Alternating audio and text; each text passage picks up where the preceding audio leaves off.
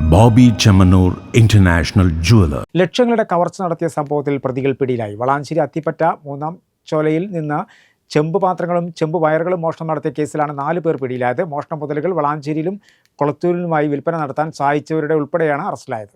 വളാഞ്ചേരി അത്തിപ്പറ്റ പുന്നാംചോലയിൽ കഴിഞ്ഞ 2 ആഴ്ചയായി പതിവായി മോഷണങ്ങൾ നടന്നിരുന്നു. ഇതോടെ ആശങ്കയിലായ പ്രദേശവാസികൾക്ക് പ്രതികൾ പിടിയിലായതോടെ ആശ്വാസമായി. ലക്ഷങ്ങളുടെ ചെമ്പുപാത്രങ്ങളും ചെമ്പ് വയറുകളുമാണ് വ്യാപകമായി മോഷണം പോയിരുന്നത്. സംഭവത്തിൽ CCTV ദൃശ്യങ്ങളൊന്നും ലഭിക്കാത്തത് അന്വേഷണ സംഘത്തെ ആശങ്കയിലാക്കിയിരുന്നു. എന്നാൽ ഇത്തരം കളവുകളിൽ ഏർപ്പെട്ട് പിടിയിലായിരുന്ന കുറ്റവാളികളെ കേന്ദ്രീകരിച്ച് അന്വേഷണം ആരംഭിച്ചു.